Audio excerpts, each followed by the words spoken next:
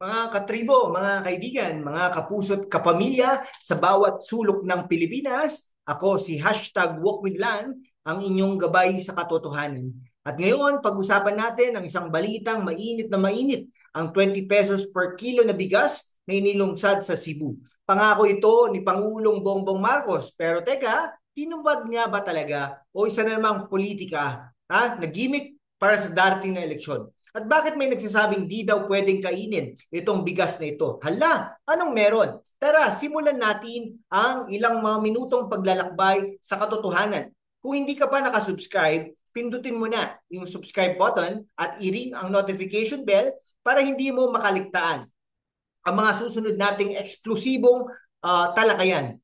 Noong 2022, sa gitna ng kampanya, nangako si Pangulong Marcos, ibaba natin ang presyo ng bigas sa 20 pesos per kilo. Malaking pangako yan, mga kaibigan, lalo na't ang bigas ang dugot buhay ng bawat hapagkainan ng Pinoy.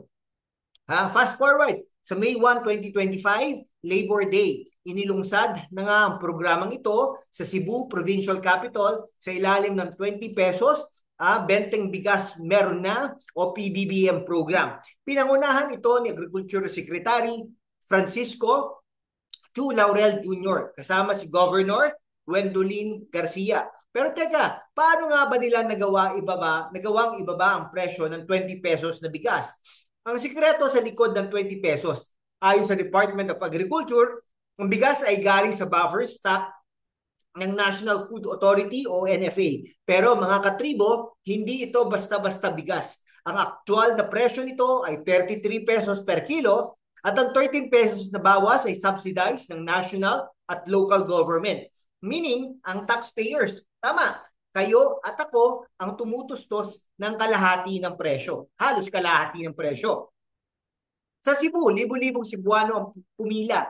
Bawat isa ay kailangan magpakita ng government ID para makabili ng hanggang 10 kilo kada household. May mga report na 3,700 or 50 kilos na bags na na-withdraw mula sa April 29 hanggang May 1. Pero mga kaibigan, hindi lahat ng kumikinang ay ginto. Ilang oras lang matapos ilunsad ang programa, biglang inanunsyo ng Department of Agriculture na ititigil muna ang bentahan hanggang matapos ang 2025 midterm elections. Bakit? Dahil sa Commission on Elections, COMELEC, ayon kay COMELEC Chairman George Erwin Garcia, bawal daw itong ipagpatuloy dahil baka magamit sa pangangampanya.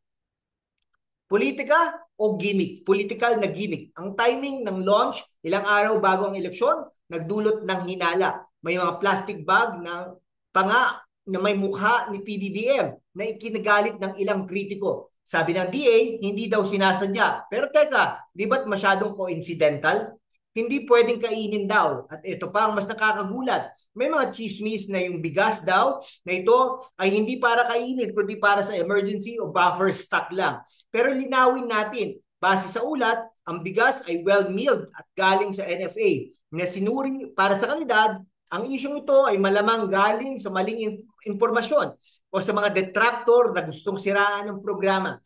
Kaya naman mga katribo, mga katotoo, kailangan natin maging mapanuri. Kung hindi ka pa nakapag-subscribe, pindutin mo na yan at i-share sa mga kaibigan mo para sama-sama nating alamin ang katotohanan. Ang bigas ay galing sa NFA na nag-reposition ng stocks mula sa rice producing areas tulad ng Visayas at Mindoro papuntang Cebu. Nabababa ang rice output, mahigit 11,200 bags ang inilaan para sa buong Cebu. Ang Food Terminal Incorporated at Cebu Provincial Government ay nagpirmahan ng Memorandum of Agreement para magbahagi ng subsidy. Ang National Government at LGUs ang nagbabayad ng 13 pesos bawas sa presyo.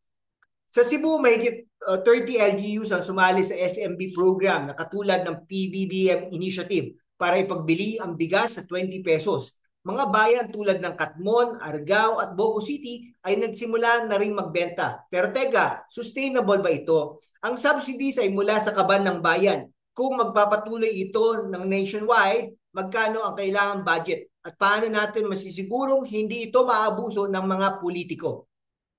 Ngayon, pag-usapan natin ang mas malaking larawan. Ang Cebu ay pilot test lang. Plano ng DA na palawakin ito sa Metro Manila na may 16 nakadiwa distribution centers. Pero may problema ha, kailangan ng COMELEC approval para sa nationwide rollout dahil sa election ban.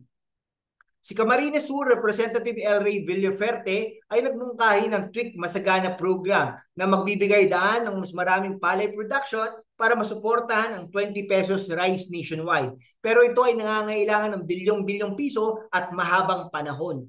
Habang maganda ang murang bigas para sa consumer, paano naman ang mga magsasaka? Kung masyadong mababa ang presyo, baka hindi na rin sila kumita. Kailangan ng balanseng solusyon.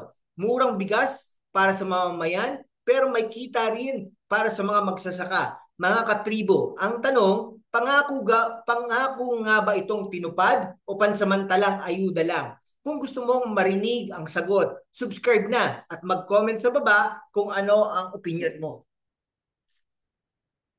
Mga kaibigan, ang 20 pesos per kilo na bigas sa Cebu ay isang hakbang pero hindi pa tapos ang laban. Kailangan nating bantayan kung paano gagamitin ang programang ito, lalo na't malapit na ang eleksyon. Ang katotohanan ay nasa ating mga kamay, kaya't maging mapanuri tayo. Kung nagustuhan mo ang talakayang ito, pindutin mo na yung subscribe button. Hindi mo gugustuhin makaligtaan ang mga susunod nating pagsusuri sa mga isyong mahalaga sa bayan. I-ring mo rin ang notification bell para lagi kang updated, bayan. Kung gusto mo bang makipag-collab o mag-advertise sa channel natin, makipag-ugnayan sa amin sa siralanburgos@gmail.com. Tulong-tulong tayo para maiparating ang katotohanan sa mas maraming Pilipino. Ang opinion mo sa 20 pesos rice program, political stunt ba o tunay na pangako? I-share mo yan sa comments at itag ang mga kaibigan mo para magkaalaman tayo. Hanggang sa muli mga katribo, ako si #WalkWithLan at ito ang inyong channel ng katotohanan, #WalkWithLan. Magkita-kita tayo sa susunod na video. Paalam bayan!